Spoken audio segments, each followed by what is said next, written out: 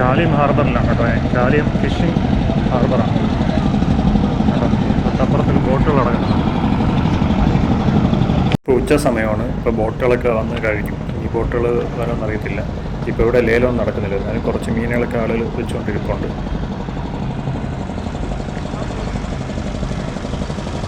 Phishing ഹാർബറിൻ്റെ അപ്പുറത്തെ സൈഡിലാണ് Beypore port കേട്ടോ. അങ്ങോട്ട് നമുക്ക് ഇതുപോലെ ഉള്ള ഈ ഫെറിയിൽ പോകാൻ പറ്റും. ഇതിൻ്റെ അകത്ത് വണ്ടിയും കയറ്റും, കാറും ബൈക്കും ഒക്കെ കയറ്റും.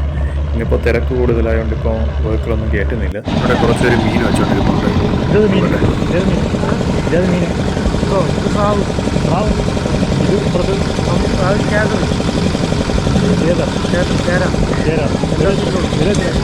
അത് 250 കിലോ.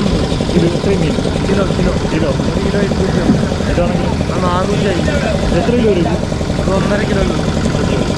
കേര കിലോ 250, സ്രാവ് 450 എന്നാണ് ഈ പുള്ളി പറയുന്നത്. ഞാൻ കേരയും സ്രാവും കഴിച്ചിട്ടില്ല. കഴിച്ചിട്ടുള്ളവർ നല്ല ടേസ്റ്റിങ്ങാണ് താഴെ കമൻറ്റ് കേട്ടോ. ഇത് ഐസ് പൊടിക്കുന്നതാണ് കേട്ടോ. ഐസ് പൊടിച്ചിട്ടാണ് ഈ മീൻ ഇതിൻ്റെ അകത്തിട്ട് വയ്ക്കുന്നത്, പ്രിസർവ് ചെയ്ത് വയ്ക്കുന്നത്. ലേലം ചെയ്യലില്ല. വീഡിയോ എടുക്കും. വേലക്കാരനാണ്. ആ ഓ, എത്ര വില? ഇതൊരു കൂട്ടം 500. 500. ഒരു കിലോ കൂടുതൽ വരും. ഒരു കിലോ കൂടുതൽ വരും. 40 കിലോ.